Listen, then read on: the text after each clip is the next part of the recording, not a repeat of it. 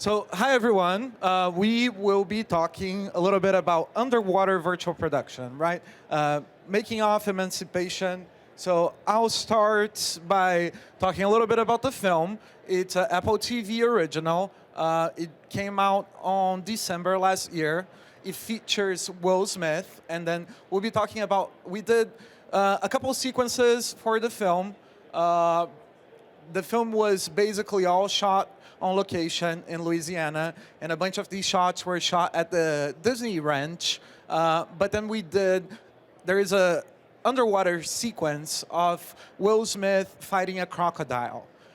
So that's what we did. And then there's some other shots that we're not going to talk about it, but they're really interesting as well, like some tree climbing shots, and this was all ICVFX workflow. So, I mean, this is me, director of on-set virtual production for Fuse. My background is in VFX and visualization, and I'm a creative director. So it's a lot of different things that we do. And then really quickly about Fuse, it's a full production house. We do the biggest shows out there. We do lots of concert touring, corporate AV. We have a big lighting department, a big media servers department, and then we have film and TV. Within film and TV, we have virtual production, and that's our department, and that's what we're here to talk about. So I'm gonna start with the clip, the shot. It is 1080, so it's a little blurry, but we will go for it.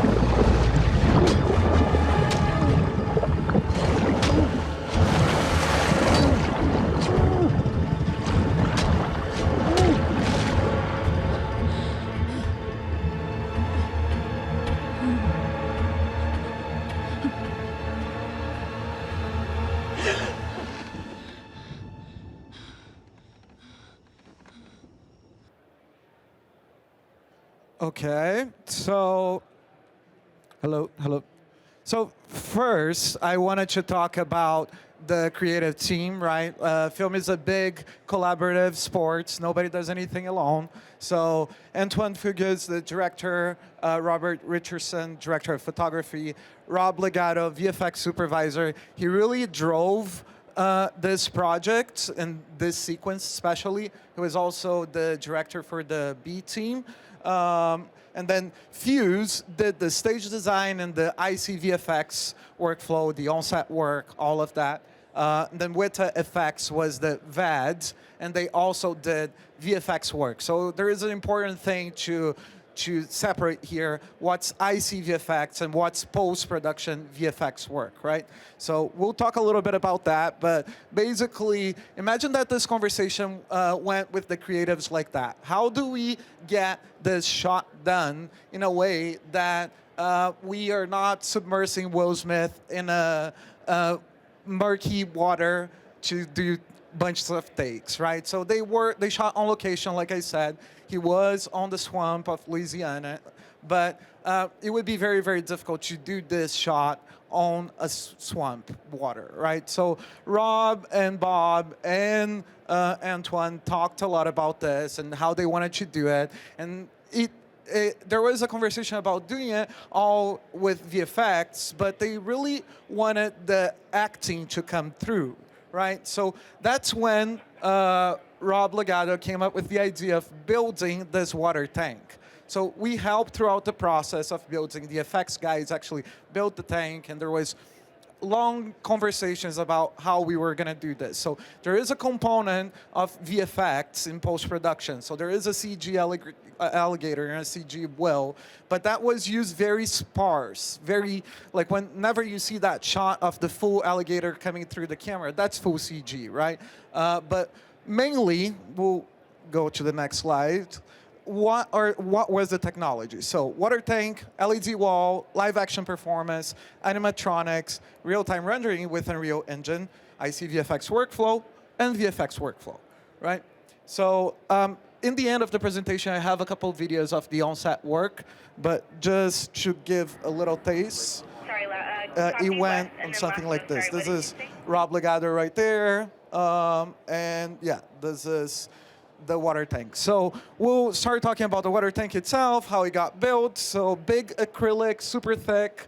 Lots of work to get this beast up, you know, and then move it to the set. So we were first gonna shoot it at Fuse, but then we went to another soundstage in Valencia because the production ended up shooting a lot more things. So our stage has a good capacity, but probably not a Will Smith entourage capacity. It's just a lot of people on set with him. So then there's a little video about the water tank. It was already on set. Obviously, the background is just another set of plates for another shot that we were doing, but it's just to show you guys a little bit of how the setup was done. So LED wall behind the tank, acrylic, and then underwater stuff is very complicated for virtual production, right? Like, how do you track this stuff underwater? We came up with some solutions to like put a pole in the camera and track outside of water if we were to shoot inside of the water. So that was a big if. They actually brought the camera in, they tested inside water, and then we decided, well, the creatives decided to shoot outside only. So then this whole entire front got covered with DVT, and we created a black box to shoot there without getting reflections on this acrylic, right? So this is while we were starting to test some things, a little bit of our animatronic, the crocodile, the scuba divers, the puppeteer, the crocodile. So like then there was lots of conversations about refraction and color and how the pixels of the LED would get magnified and how we could fix this by offsetting the content inside of Unreal Engine, right? So this is a little test we did. So we do a lot of this R&D and test work just to look at the refraction and the magnification. So then we went and we created a blueprint that would offset the scale for it. So then, yeah, this guy is the animatronic. So he got puppeteered by scuba divers. They were awesome as well. Then we start getting into Unreal Engine.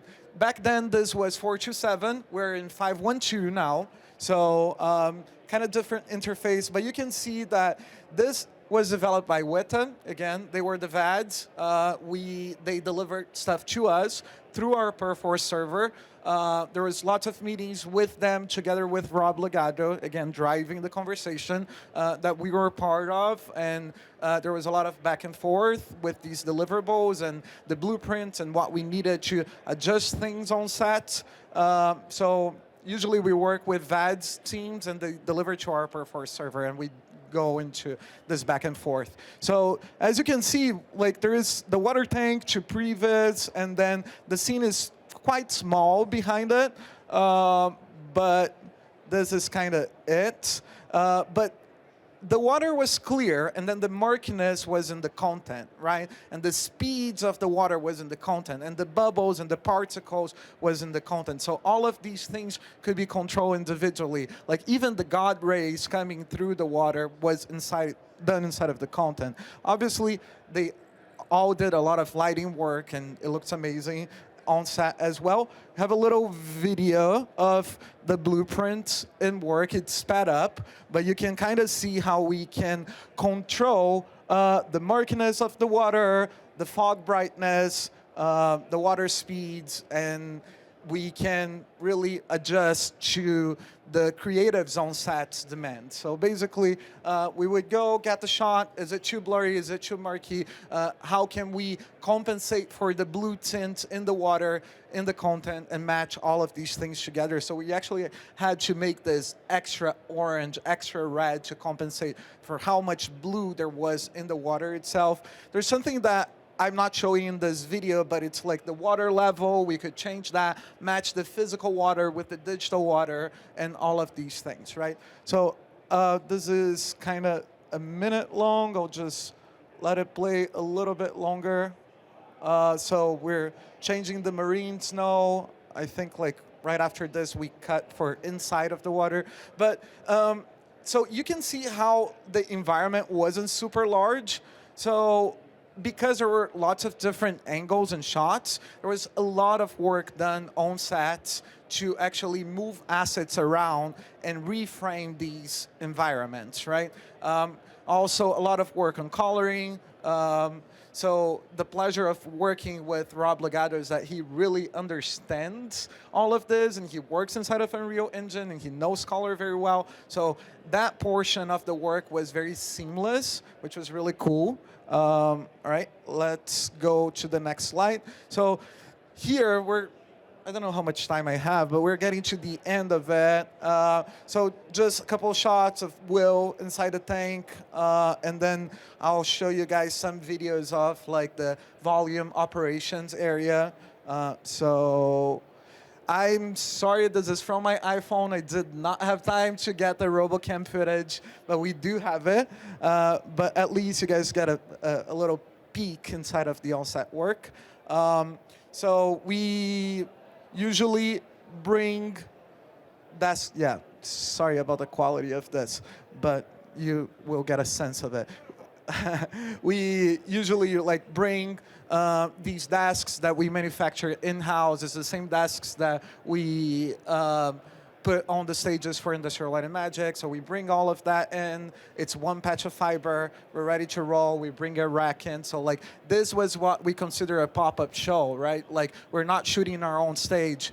The production already has a scheduled shooting. So we bring a screen to them. We bring the engineering to them. We do all of that on set for them. So it's kind of like a different approach to it. So this is Will towards off camera. Next one. Yeah, so there's lots of different versions of the alligator and the scuba divers puppeteering it. As the previous photo showed, there was like a half one, a full one. Yeah. And just keep watching because this is a cool shot. And this was really like, I would say that this was really the money shot for the film, right? It's just a really interesting kind of action sequence. So that's why so much thought was put into this. So this is the most violent kind of shot. There was like fake blood. On the next portion of the video, we can see how they would disperse the fake blood into the tank. And then we would wait, let the water clean, and then reshoot the next take, right? So the nature of the shot itself was also very forgiving, which was great for all of us. But the background really shines through in some moments. It's kind of hard to see it. But without Unreal, without the content, without the ICVFX workflow, you would not be able to get the depth that you would need in these shots. So that's what's really interesting about this. So that is it. Thank you. This is our website. Yeah, I'm available to chat, whoever wants. Thanks, Koby. Yeah, we have some time for questions. Do we have any questions from the audience? Yeah. Amazing job, Koby. A quick question. So what's generally the workflow with VFX house after the shoot looks like for you? So we record all the camera tracking data and we deliver that to them. So they have the tracking data, they have the hero asset already, so they can re-render whatever shots they need. Obviously, like on an animation like this, they're not gonna. Well, now with Unreal 522, there's a lot that you can do inside of the engine, but they use a traditional VFX pipeline to get the digital alligator and re-render that and animate that outside of Unreal in Maya.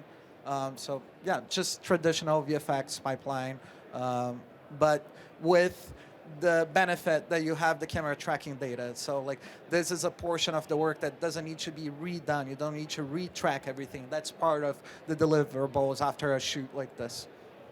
Cool, thank you. Awesome. What were the biggest challenges throughout this process? I mean, schedule shifting is a big one, always, right? I would say, but that's just the nature of production. I think, like, I mean, it was a lot of unknowns. Nobody had ever done something like this with a water tank in front of it. So we had to do a lot of testing to ensure that we could actually do it. Like the whole thing with the pixel magnification and the scale and like testing the refraction. And then obviously, if they had decided to shoot inside water, instead of doing the gag of shooting outside water, that would have been the biggest hurdle. But I mean, we had a plan for it. I'm glad that we didn't have to execute on that plan because it would have been very complex. But I think that's the biggest challenge. It's a new way of thinking. So what is the volume size you had for this water sequence? Size of the The wall. wall. I mean, the tank was 25 feet by 15 deep. So the wall was a little bit over that.